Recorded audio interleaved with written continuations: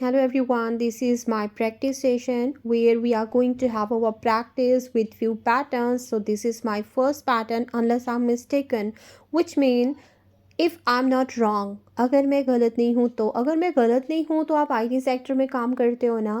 So unless I'm mistaken, you work in IT field.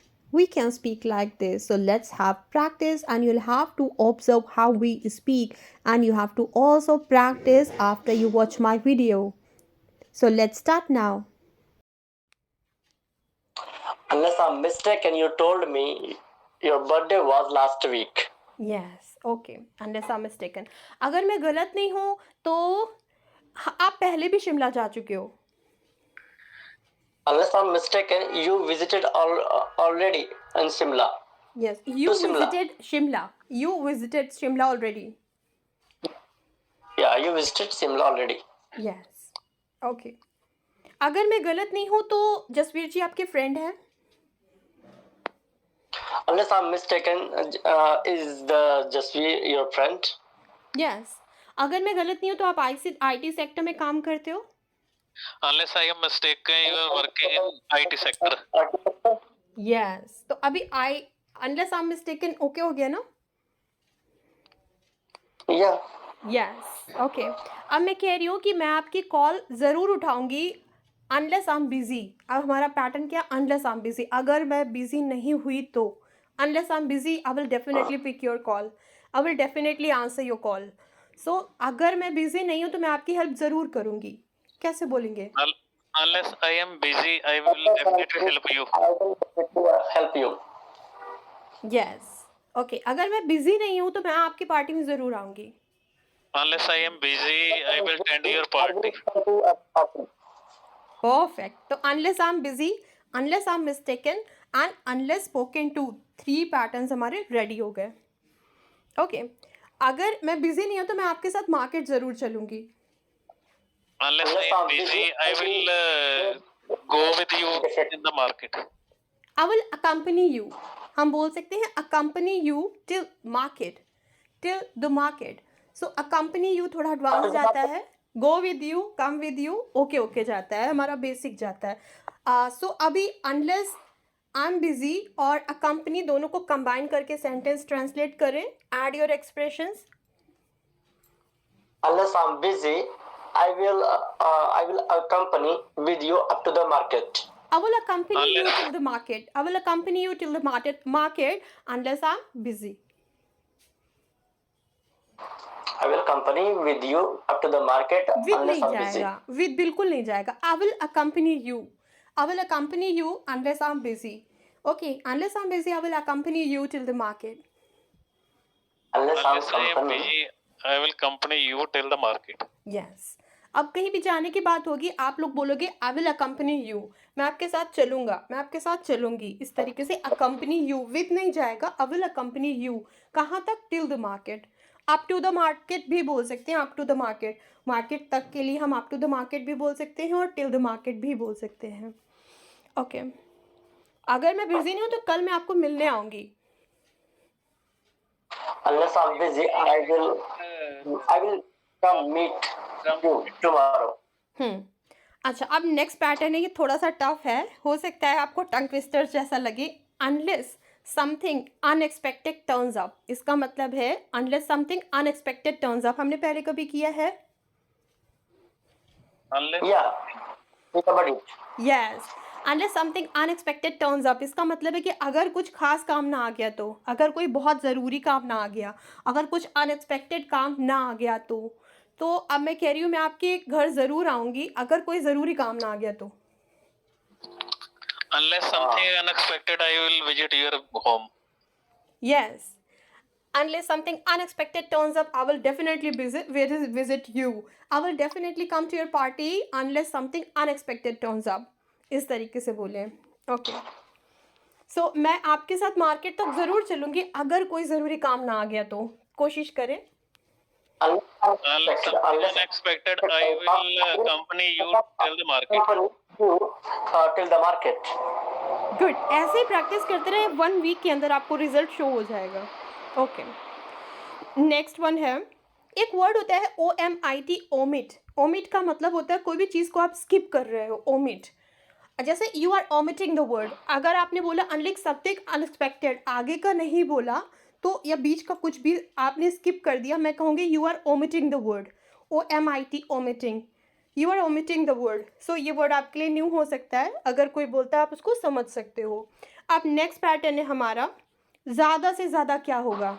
ज़्यादा से ज़्यादा हम लोग कहते हैं ज़्यादा से ज़्यादा क्या होगा, वो तुम्हें जज ही करेगा, लेकिन बोलना सीखो। गलती करते हो तो क्या, at the most people will जज you, but we have to have our practice, even if we speak incorrect, but we have to speak and finally we will speak correctly. तो एट द मोस्ट क्या है pattern, eight the most. अब मैं कह रही हूँ कि ज़्यादा से ज़्यादा क्या होगा, वो आपसे बात करना बंद कर देगा, कैसे बोलेंगे? At the most, uh, he stopped talking with you. He stopped talking with you. At the most he will stop talking with you. At the most he will stop talking with you. But you should initiate. But you should initiate. आपको शुरुआत करनी चाहिए, आपको पहल करनी चाहिए। Okay, अब मैं क्या कह रही हूँ, हाँ, ज़्यादा से ज़्यादा क्या होगा, हमारी फ्लाइट मिस हो जाएगी, कैसे बोलेंगे? At the most, flight will be missed. Will be missed बोलेंगे क्योंकि ये हमारा पैसिव है, और नॉर्मल अगर हम एक्टिव फॉर्म में बोले, at the most we will miss our flight, at the most we will miss our flight, इस तरह से हम बोलेंगे। Okay, At the we will miss our flight. Yes. अभी कोई क्लोज पर्सन है, उससे हमारा थोड़ा सा झगड़ा हो गया, हम कह रहे हैं ज़्यादा से ज़्यादा क्या होगा यार, मेरी सीक्रेट चीज़ें बता देगा लोगों को, कोई बात नहीं, कोई टेंशन नहीं लेना। सो ज़्यादा से ज़्यादा क्या होगा, मेरे सीक्रेट्स बता देगा, कैसे बोलेंगे? At the most, he will share my secrets. Reveal my secret. Reveal my secrets. At the most he will reveal my secrets. Okay. Okay. अब मैं कह रही हूँ कि ज़्यादा से ज़्यादा क्या होगा, मेरा बॉस मुझे नौकरी से निकाल देगा। At the most, my boss fired me from the job. Will fire me. Will fire me. अगर मैं फायर्ड बोलना चाहूँ तो पैसिव फॉर्म में बोल सकती हूँ, I will be fired from the job, I will be fired from the job. लेकिन ये एक्टिव के तौर पे हम करेंगे, कोई प्रॉब्लम नहीं है एक्टिव से। Eight the most my boss will fire me from the job. अब इसको फ्लो में बोले, फील करके। Eight the most my boss will fire me from the job. Yes, at the most, my boss will fire me from job. Yes. अब मैं कह रही हूँ आपको उसे कॉल करना चाहिए, ज़्यादा से ज़्यादा क्या होगा, आपकी कॉल नहीं उठाएगी। You will At call the me. most, she will not pick the call. Okay. Yes, at You the will call most she him won't.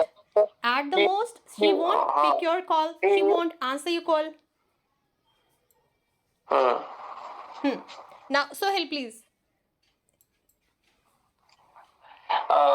Okay. You call him.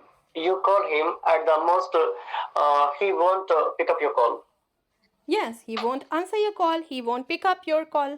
Okay. But आपको try करना चाहिए. But you should try. You should at least try once. हाँ, एक बार तो try करना ही चाहिए. So at least को हमने ऐड किया, क्यों? एक बार करना ही चाहिए. So at least you should try once. Okay. ज़्यादा से ज़्यादा क्या होगा, तुम्हें जॉब नहीं मिलेगी, कैसे बोलेंगे? At the most, you will not get the job. Yes, okay. अब मैं यहाँ पर कह रही हूँ, आप कोई मॉल में गए हो, कहीं पर डिस्काउंट मांग रहे हो, कोई शॉप पे, अब वो कह रहा ज़्यादा से ज़्यादा मैं आपको 5% डिस्काउंट दे सकता हूँ, अब वो कैसे बोलेगा? At the most, I will give you 5%. Yes, The most, I will offer you 5% discount. Yes, and that is my absolute limit. इसको कैसे बोलेंगे? That is my absolute limit, मतलब मेरी सबसे ज़्यादा लिमिट है, इससे ज़्यादा I can not go beyond my limits, I can not go beyond my limits, that is my absolute limit. Absolute word को हम किस तरह से बोलते हैं? अभी मैं बोल रही हूँ मैं इस फील्ड में बिल्कुल नहीं हूँ, I am absolute beginner in this field, absolute beginner, बिल्कुल नौसिखिया बोलते हैं, नोविस भी बोलते हैं नौसिखिया को, नोविस, और इस जगह एब्सोल्यूट बिगिनर भी कह सकते हैं। अब मैं किसी को देख करके कह रही हूँ ज़्यादा से ज़्यादा वो 25 साल का होगा। At the most, he will 25 year. Yes, eight the most he is 25 years old. Will भी नहीं लगाएंगे, विल भी बिल्कुल नहीं लगाएंगे। क्यों नहीं लगाएंगे? क्योंकि फ्यूचर में नहीं होगा वो। नॉर्मली पता है एडवांस लर्नर्स भी क्या करते हैं, he will be, no, he would भी बोल सकते हो आप, ठीक है, होगा। अगर मैं इस जगह बोल रही हूँ कि ज़रूर वो 25 साल का होगा, तो कैसे बोलेंगे? He must be 25 years old. Yes, शायद वो 25 का होगा, He may be 25 year old. हो सकता है वो 25 का हो। He might be 25 year old. So in this session, we covered 2 to 3 patterns, and next part, in my next uploading, I will try to cover may, might, could, would, and all confusing modal verbs. So keep observing, keep learning. Thank you.